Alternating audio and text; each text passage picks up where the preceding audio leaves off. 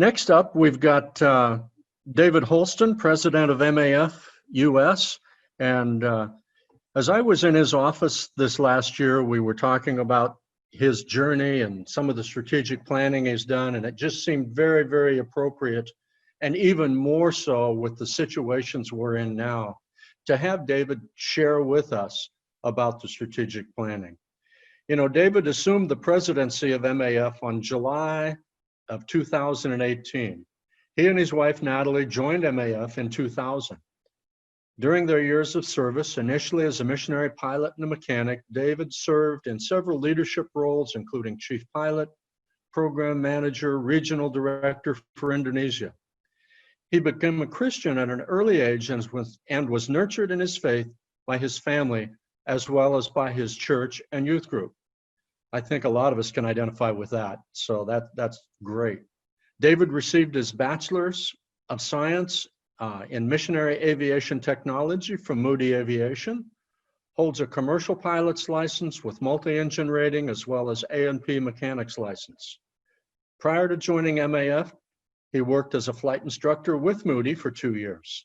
In leading MAF, David relies on God's guidance and actively seeks counsel of the executive leadership team and the board of directors, as well as that of MAF staff.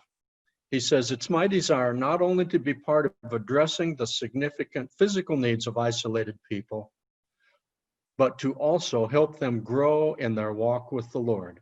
I want the message of the gospel to be clearly displayed in all we do." And to that I say amen.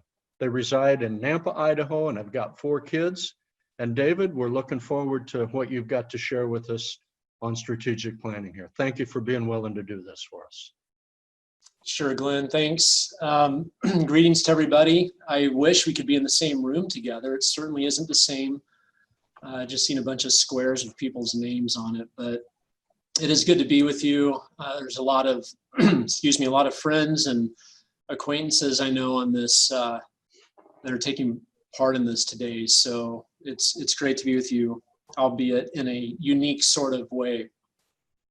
So I guess the first, one of the first lessons that I would pass on is be careful of the conversation you have with Glenn Ferguson in your office, because you may end up presenting on strategic planning at the IAMA conference. So I joke that Glenn dropped by here last year as he was on his way through, and we were just talking about things going on, and over the course of that discussion, we were talking about the process that we were in here at MAF, and we thought maybe this is something that we could discuss. So I will go into that in just a moment. If I could just take a moment, though, to express my gratitude to so many of you. As probably most of you are aware, our organization has been going through some pretty tough days over the past week.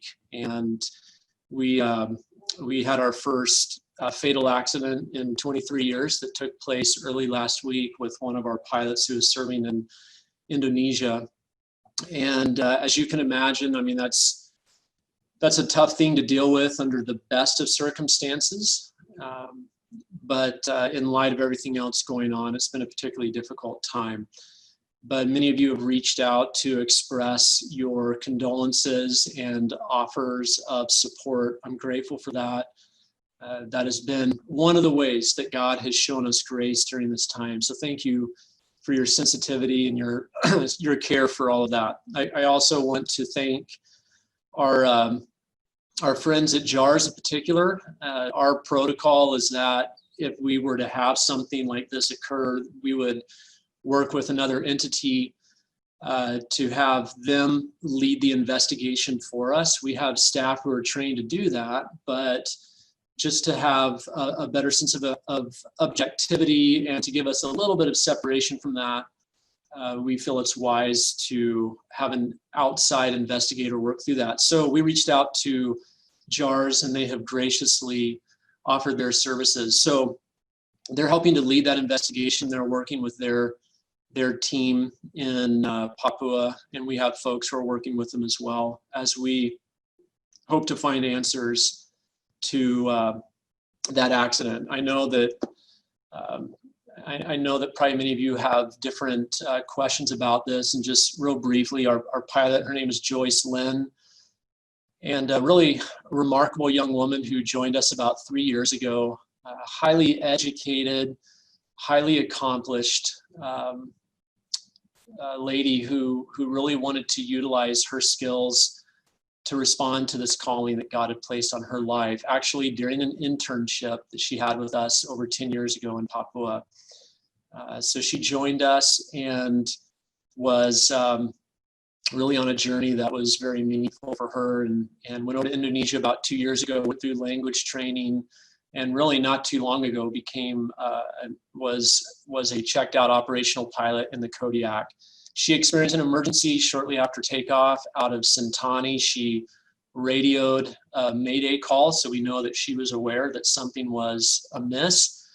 And her aircraft descended into Lake Sentani, and she did not survive that accident. So our team in Papua has really been going through an incredibly challenging time, just dealing with that without the ability for us to surge in there with additional staff to help them out, because that whole area is really locked down for travel in and out of the province. But some folks within the community, some of them from from JARS or Adventist Aviation and others, have come around as well and helped serve us. So I want to thank all of you and your organizations for just being there to help carry that burden. But please pray for Joyce's family as they've had to grieve her loss from here in the U.S., not being able to travel. So we had to work hard to live stream that memorial service from Papua, and it's a tough time. But I would say that the Lord is, as He does, is doing a beautiful work through all of this, and I think a lot of people are, necessarily and importantly wrestling with that question of what is the story being told through my life. And we are praying that that much glory will be brought to God through all of this as people become more aware of what Joyce was doing and the work that she was a part of. And so just wanted to say a few words about that on the front end of this. So a few caveats about my presentation to you regarding strategic planning. I do not stand before you as an expert by any stretch of the imagination. I have been on a journey since coming into this role with MAF that may be beneficial if you can learn some of the things that we've experienced and how we've done this. But I'm not an expert. You're gonna, there are as many opinions and views on strategic planning as there are people on this call. There is a great amount of varieties of how you do this, methodologies that you pursue, and so I'm not going to present to you something that is from the viewpoint of this is the way you should do it, but it's just the way that we've been doing this, and hopefully you'll find something that is helpful for you. I specifically called this our strategic planning journey because a journey is unique to the participants on it. It's a time where understanding and the experience you're on is gradual. It's you start to learn things along that journey, and it's a bit of an adventure. And so I just want to take you through that. I'm going to kind of do that from the perspective of a timeline and to kind of let you know what that's looked like for us. So I'm going ahead and get my screen shared here for you.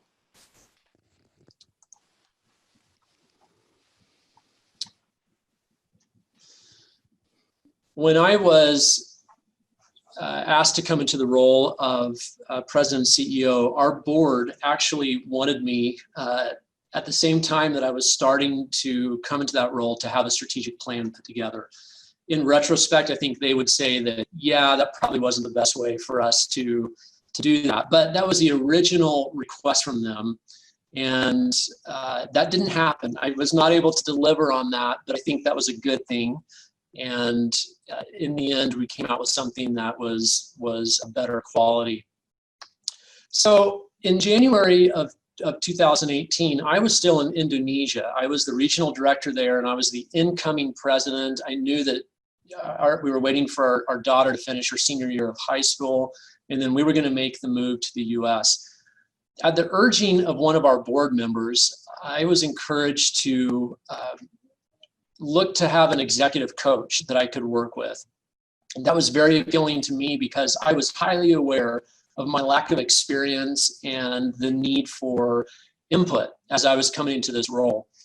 So God in his sovereignty set up a relationship that has been incredibly impactful in my life. It has been a tremendous blessing for me.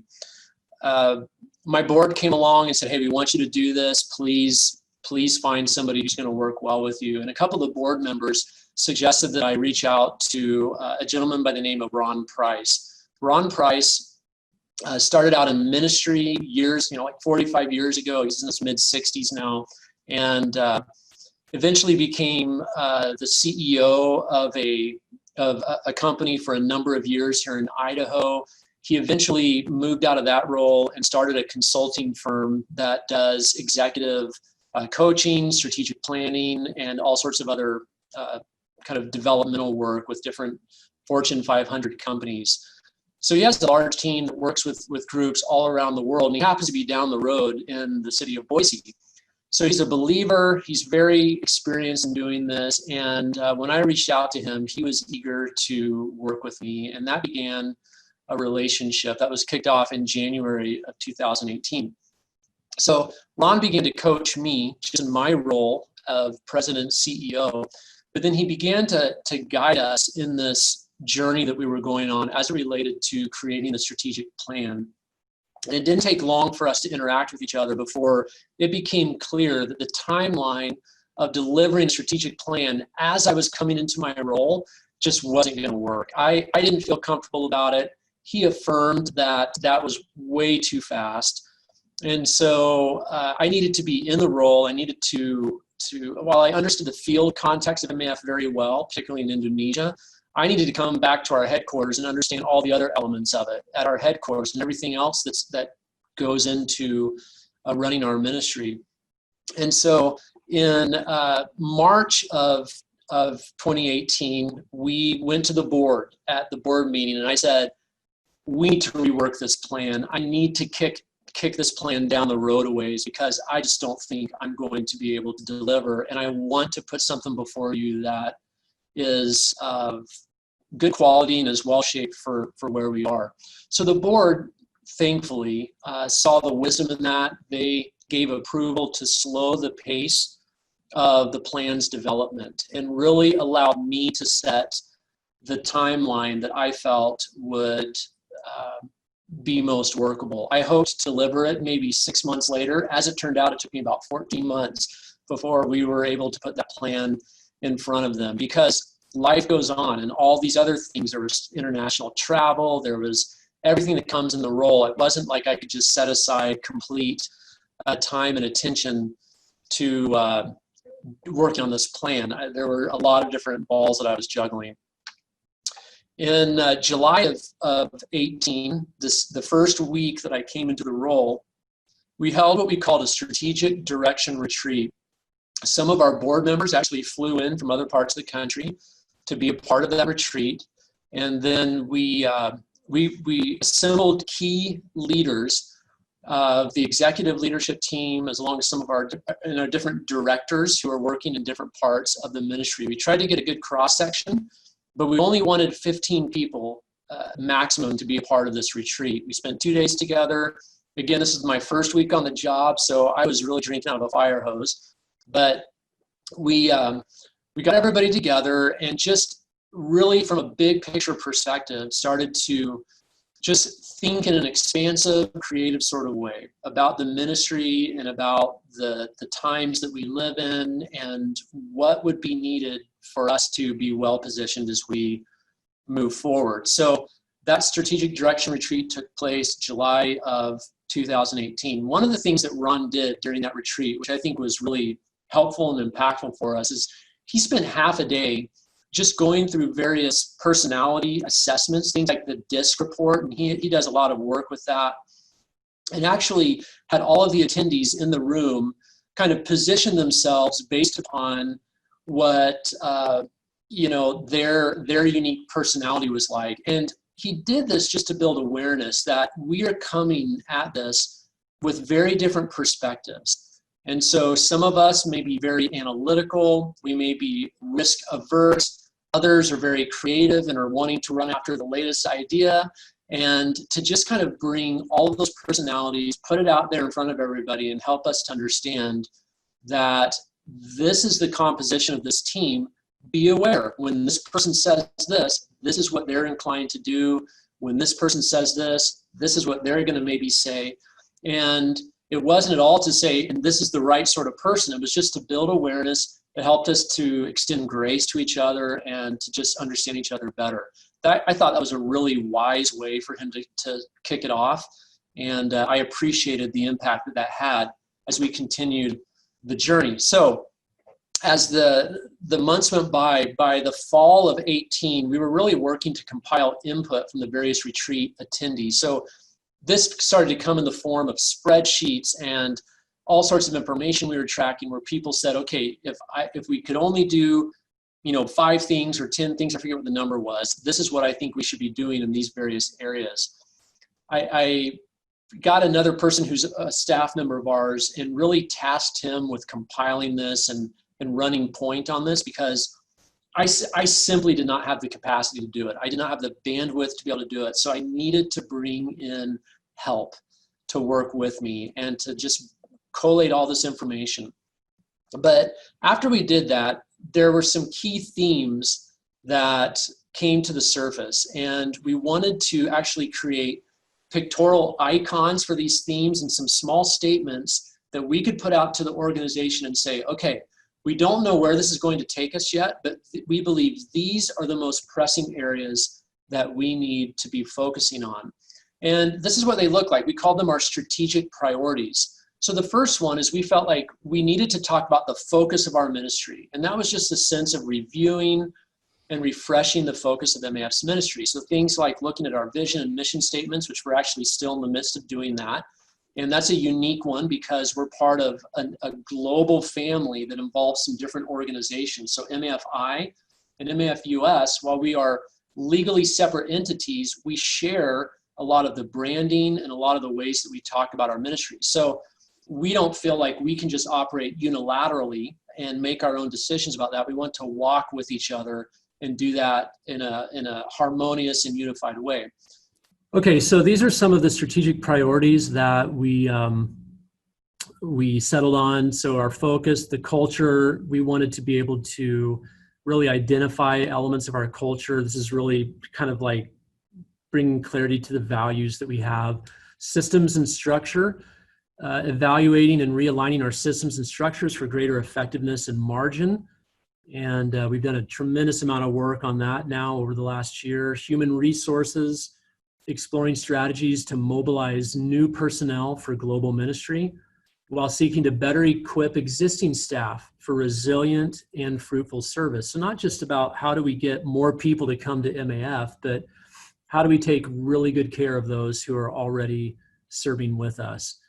Communication, we wanted to commit to frequent communication within the MAF family using a variety of methods. I think any of us who have served in a situation where your headquarters is located far away from the field level work can appreciate the challenge of that and the need for that.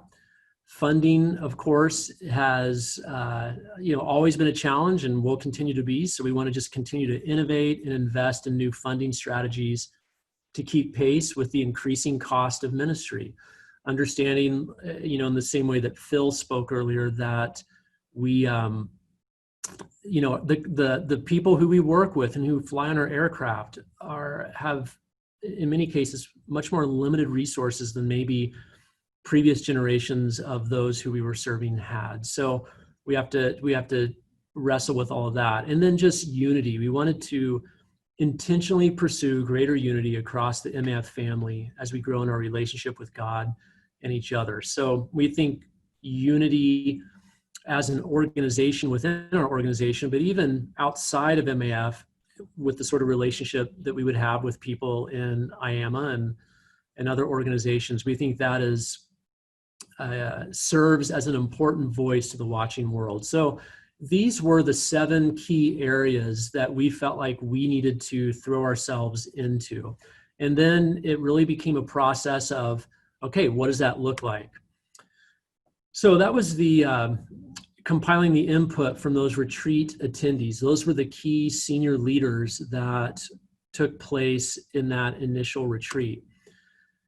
Then in January of 2019, we formed a strategic leadership team and began to train them around what strategy could look like and what strategic planning and execution and the other elements of it, what that could look like as we moved forward.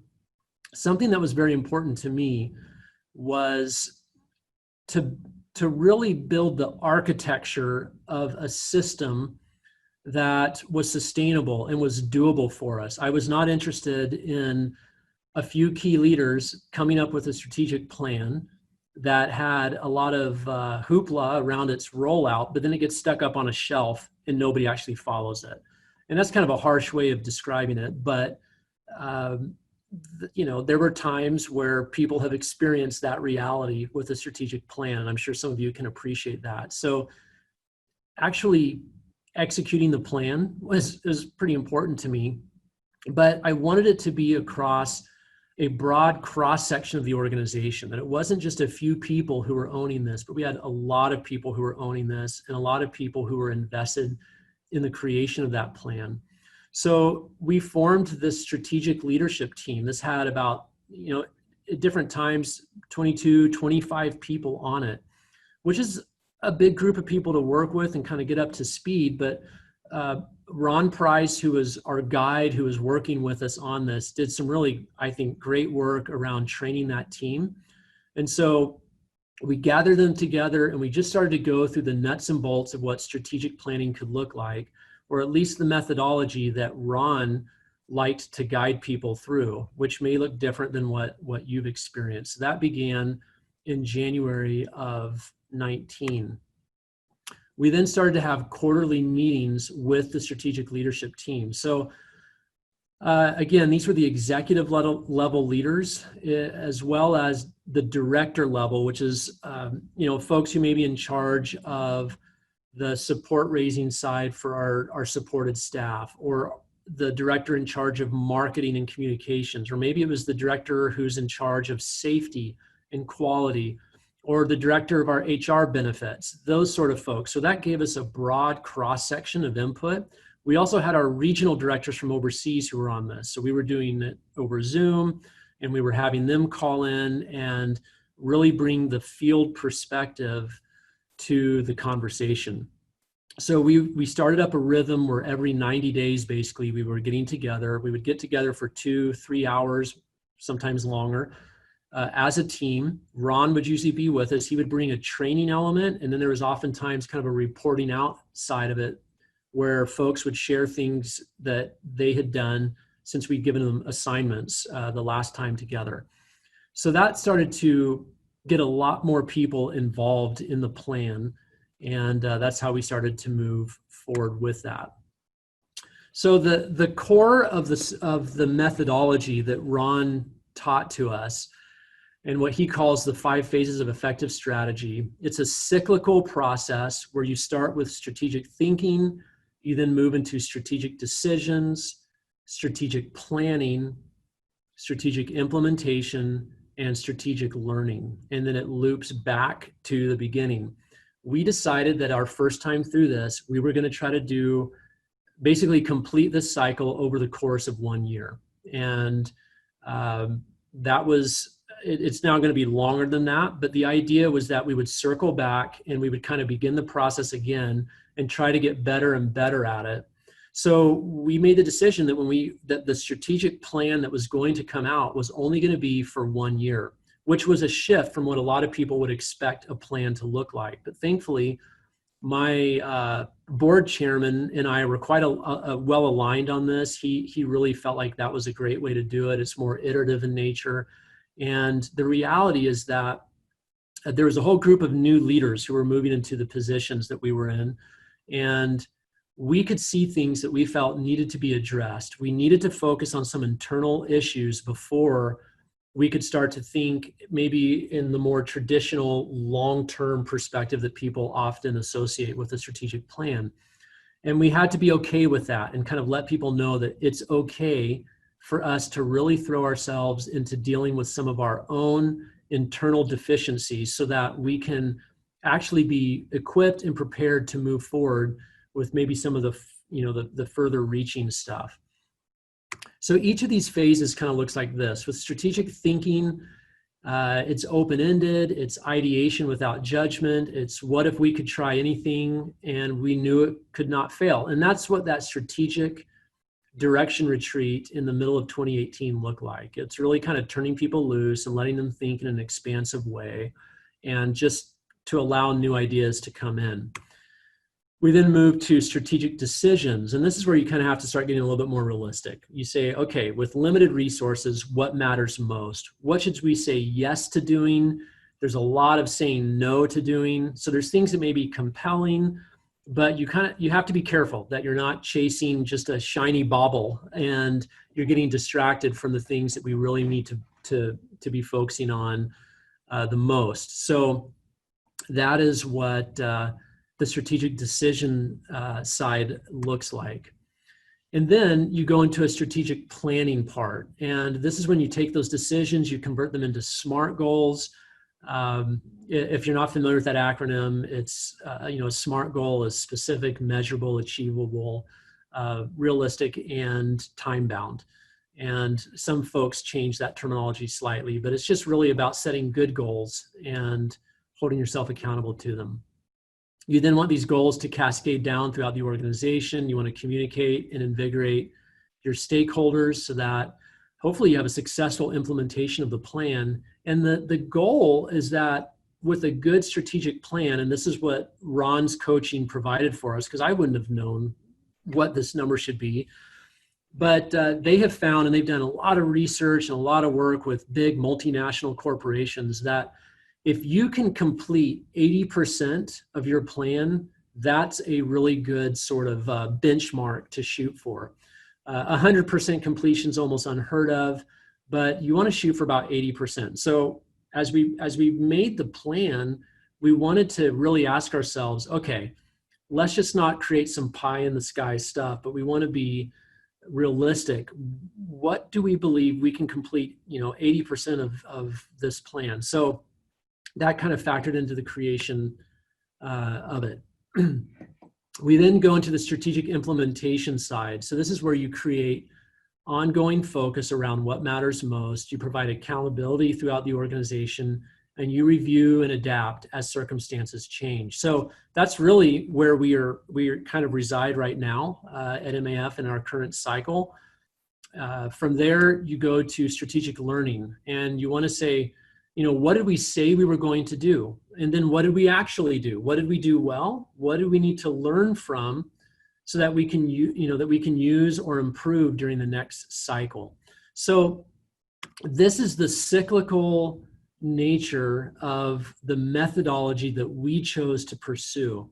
And this represented for us a fundamental change in the culture of the organization, where it wasn't just a few owners who were the gatekeepers, a few senior level leaders. It wasn't just the president, CEO, or a couple of VP level leaders who were in charge of this. I mean, I ultimately am responsible for it, but there's a multitude of people who are working on this, and we're trying to train all of them. So Ron would come in and actually provide coaching to the entire room, 20, 25 people, which was awesome. He's a wonderful coach. And he did a tremendous amount of work to help equip our staff to better understand what it was we were asking them to do. So that's what the 5 phases of the effective strategy, what that looks like. So as we went into this, we did what many of you are familiar with what's called a SWOT analysis: strengths, weaknesses, opportunities, and threats. Ron tweaks that a bit and he calls it a SLOT analysis. So rather than saying weaknesses, we replace that with limitations. And that's not just to make people, feel better about themselves, but it recognizes the fact that there are external things that can limit what we're able to do. And so a SWOT analysis was done by every member of the strategic leadership team, and they led that process with their own teams. So a director would then go to the marketing and communications team, or the mobilization team, or the safety and quality team, and they would sit down with their team and go through a process to actually say, okay, in our part of the organization, what are the strengths, the limitations, the opportunities, the threats? And they had all these findings, and then we forced each member of the strategic leadership team to come to us with their top three that said, okay, in light of all of this, what would be the smart goals that you would pursue, that you think you ought to pursue from your perch, your area of responsibility? What are the top three? Because to go more than that would create an undoable plan. It was just too much stuff. And so that was hard. They had to go back and really wrestle with that. We had members of the SLT who did this really well, who were able to do it intuitively, who understood. We had others who really struggled. They struggled to do it with their team in a way that was particularly effective, or they struggled to understand it.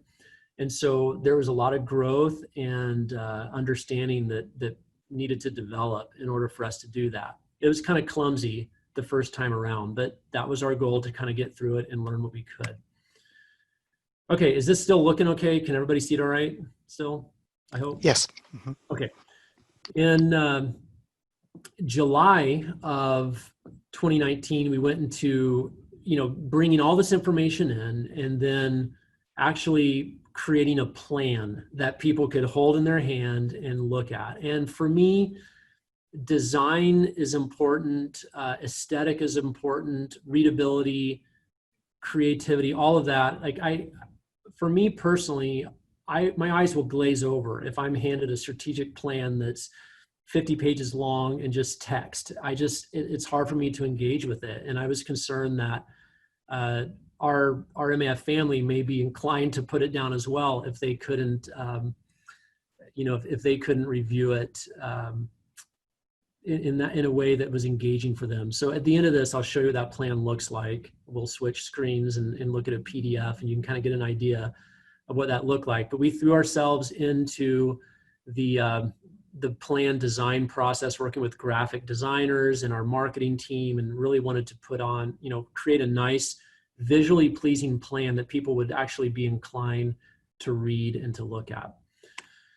In August of 19, we then created a dashboard. We wanted a way to be able to track with how we were doing, and to have some sort of real-time dashboard that information could be fed into, that would help us to track with goal accomplishment and just the overall, how we're doing with the plan. So we worked on that. We used a tool called Smart Sheets, and that strategic plan dashboard. This is just a view of a screenshot of a few months back, what that looked like. But basically, we just set up a very simple color guide that said, if we've completed the goal, it's green. If it's in progress, it's yellow. If it's not yet started, it's red. And we had 67 strategic objectives. So these were, and think of like a SMART goal, but we called it a strategic objective. And we kind of figured out what's the vernacular that we wanted to use. That was all put into the plan. And then at a quick glance, I could look up at this, or any other member of the strategic leadership team or our board could look at this and go, okay, on that thing about focus, okay, it looks like they got one of those items done and they're in process with 5 of them. Or with human resources, how's that looking? And that was what the strategic plan dashboard looked like. We then trained administrative assistants to work with their with a strategic leadership team member to get information from them and then go into the dashboard and update it so that it was hopefully creating a real-time picture. And we've stumbled with this. We've had some folks who did that really well, others who forgot to update anything. We had to go chase down the information. So we're still growing and learning. This is kind of what the bottom half of it looks like, where you actually have a certain strategic priority, kind of the business unit of the ministry that owns it, a point of contact, again, a person who owns this goal or objective. There's a description about it, and then a status color, completion rate, and start and end dates, comments, and all of that. So it's very helpful for me to go through it and just get an overview of the entire plan and how that's doing, the status of it. So we wanted that dashboard to be created. We felt like that was an important part of actually executing on it. So we created the plan, we created the dashboard, we did training with the strategic leadership team. And then finally, in September of 2019, I took that to my board. Remember, they were hoping to see something in July of 18, but I took it to the board in September of 19. They were pleased and affirming of what, you know, the work that went into it, hours and hours of meetings and, you know, probably hundreds of pages of information that had to be reduced to a very readable plan that was interesting to read and understand, hopefully, and easy to understand. So that took place in September of 19. We then had to get in a plan to communicate this to the MAF family. And, you know, remember again, part of the challenge that I was facing was just international travel and all the other stuff going on with leading the organization. There were times where I had to set things aside for a month because I was in Africa doing something or doing a fundraising event or whatever. And I'm still a dad and a husband, and I need to kind of protect certain parts of my life. So I just couldn't throw myself into this constantly. And but we were able to eventually do really a state of the ministry address that I did, that we recorded. We sent that out to all of our staff overseas, where I walked them through the development of the plan, took them through the plan itself. And Ron Price and I did interviews along the way. We would try to send out written updates. We send out video updates at different times. Then we distributed that plan to everybody in the organization. And now presently what we're doing is we are in the implementation part of that. And we have these quarterly status meetings where we get together about every 90 days. We bring everybody into the room and we say, okay, let's put up the dashboard, and we go through it person by person and say, how is this goal doing? Some of them, they say, you know what, that seemed like a great goal a year ago, but that's not the goal that we need to be pursuing anymore. I think it needs to be this. We agree to that. We change it out and we put in the new goal. Or we kind of celebrate the completion of something. It gives me a great opportunity to affirm the work of those frontline leaders. Ron will sit in the meeting and really help critique things as well and provide his input. So it's been a great learning journey for us. Let me real quick just share with you what the plan looks like here.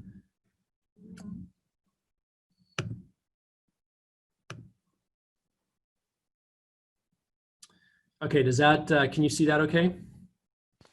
Yes. Mm-hmm. Okay, so this is kind of a view of how the plan came out visually. We gave it a theme where we said strengthening our foundation for future ministry. Our strategic plan for 2019 to 2020. Probably hard for people to believe. Wait, all this work for one 1 year of a plan? Yes, but here's the deal. We tried to build a system that will be able to create subsequent plans with an understanding of what that looks like for the future. So this was the plan that we put before the board. You open it up, it's like a booklet. I had some words in there. We talk about our vision and our mission. And then we talk about the strategic leadership team, the members of that team, who was represented on it. And then we wanted to include pictures of a life and ministry from overseas to just remind people every page, this is what we're about. This is what we're doing. And then we wanted everybody in the ministry to understand these 5 phases of effective strategy, and just to remind them, this is what we're going through. It's cyclical in nature. This is the different elements of the plan. That's what they include. And we want to educate the entire organization of what we believe these different phases of effective strategy can look like. We talked about our planning process. We kind of boiled it down to the fact that we do our most acute issues that were affecting us were our staffing, our funding, and compliance. On the right side of the page, you can see those icons of those large strategic priorities that we would be pursuing. And then in the subsequent pages, we take each of those priorities and we talk about the specific objectives that we would be pursuing in the year to come. So this would involve things like working with MAFI or the global family to look at our vision and mission statement. It's about different regions of ministry overseas, setting up teams to look at the work they were doing, to ask, is this still the way that we think God wants us to be doing this during this time? We talked about culture and what that looked like. We implemented really a new practice of having kind of like an organizational-wide Sabbath once a month, where we would come together and spend time in prayer and in fellowship and just contemplating who God is, worshiping him, some rest. So we actually do this now the first Wednesday of each month, and it's really a beautiful time. And I think that I know that God in his sovereignty knew that MAF was going to be going through some difficult things this year, and this practice alone has helped to equip us to face that more effectively. There are many different things that we covered in systems and structure, from the creation of a chief information officer to lead our IT element, to a aviation maintenance software package that we're developing, a enterprise level finance package that's going around the world to do our finance and bookkeeping. Human resources, where we talked a lot about the care of our staff, the mobilization of new staff, that was in there. Training of nationals, lots of work in there. We talked about how we want to communicate better with each other, both through some online resources. We want to try to work on capturing field level stories in real time so that can be disseminated throughout the MAF family. Really working with our corporate communication department in communication as well. We talk about funding and what we want to do with the documentary and different things to obtain new donors, all those sort of metrics you want to work on the fundraising side of it. And then about unity, just how we wanted to build a family center at our U.S. headquarters that would help us to foster deeper levels of community. That building is about 75% complete now, which is really a great answer to prayer. We're really excited about opening that. And then we just believe that our attentiveness to this strategic plan and doing this well, modeling intentional, engaged, biblically based leadership would naturally lead to higher levels of unity across the organization. So that's kind of where we wrapped up the different strategic objectives that we had. And then we just ended with some, I think, important reminders. One of them out of Proverbs 19:21 says, "Many are the plans in the mind of man, but it is the purpose of the Lord that will stand." And then out of Proverbs 21, "The horse is made ready for the day of battle, but the victory belongs to the Lord." Ron Price, my coach and the gentleman who's been guiding us through this, has a great statement where he said it's biblical to have a plan, but it's foolish to trust in those plans. So that is a view of the plan itself. Let me just go back here to the PowerPoint real quick.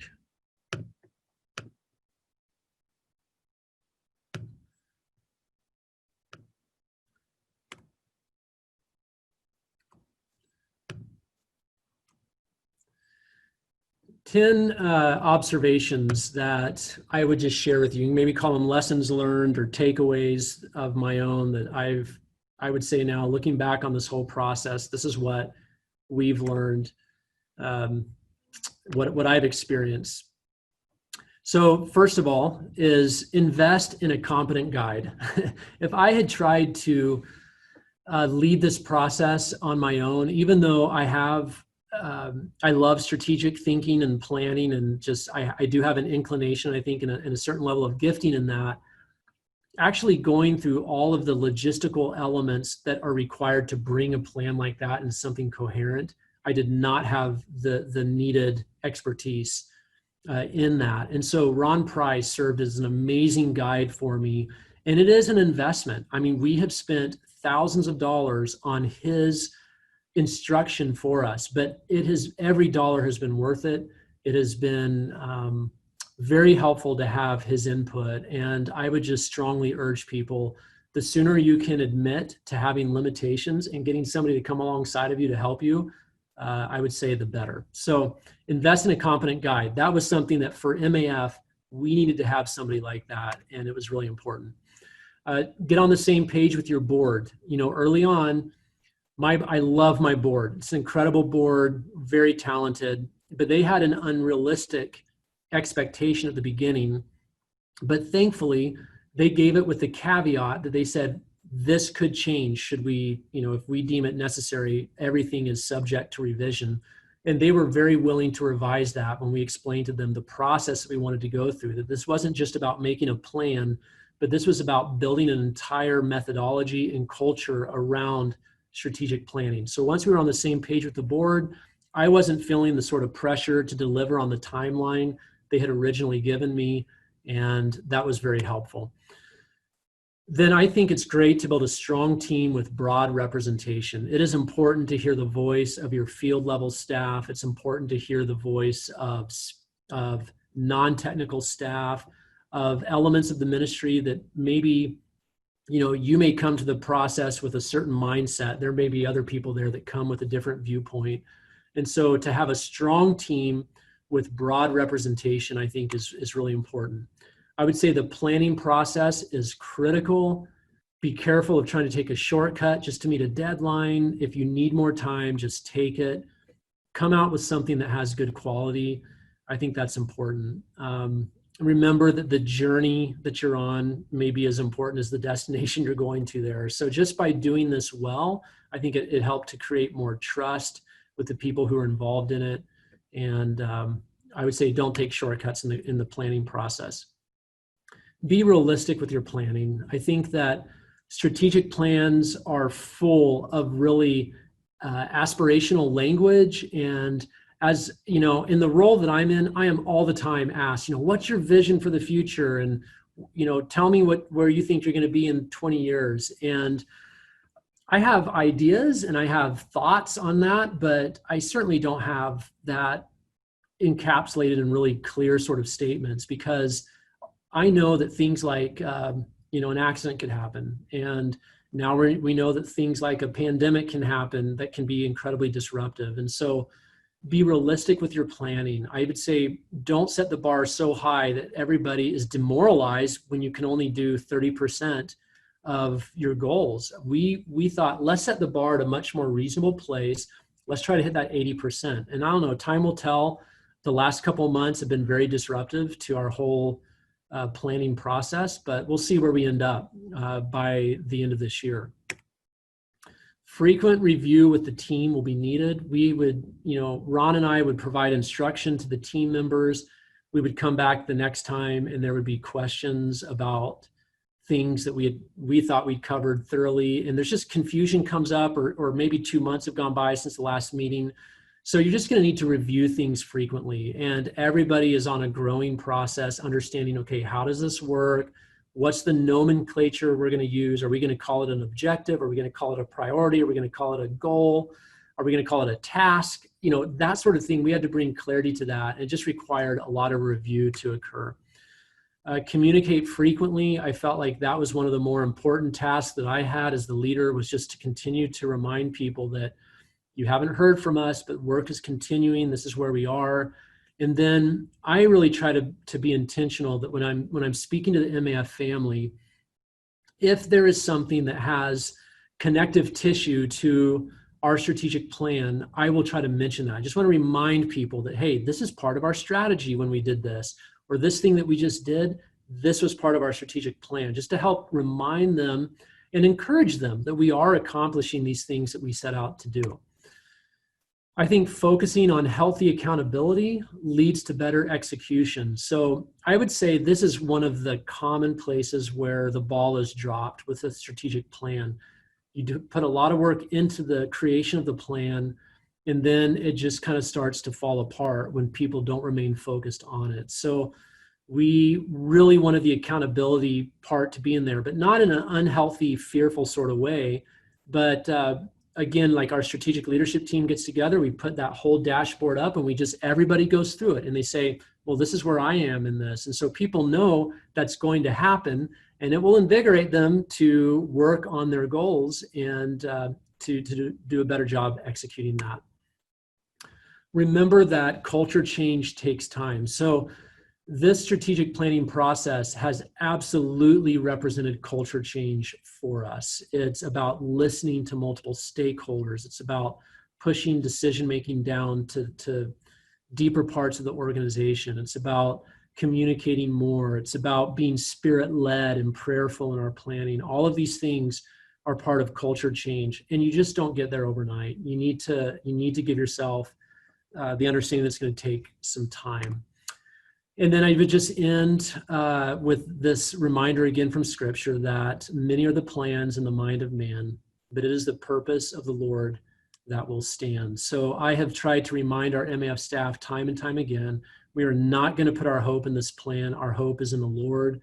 That reminder has been very needed in recent months, and we're going to seek to make the adjustments. So that is, that's the journey that we have been on with our strategic planning process.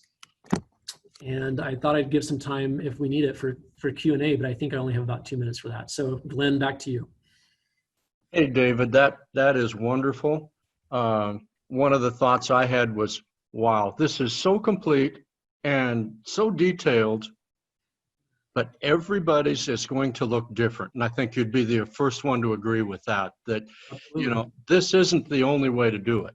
This is the way you guys have done it. We appreciate the example.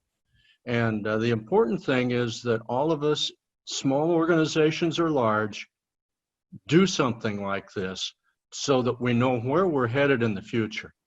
And that just really exactly what I was hoping you'd share with us. So thank you so much for doing that, David. Appreciate it. Yeah, my pleasure. Thanks, Glenn.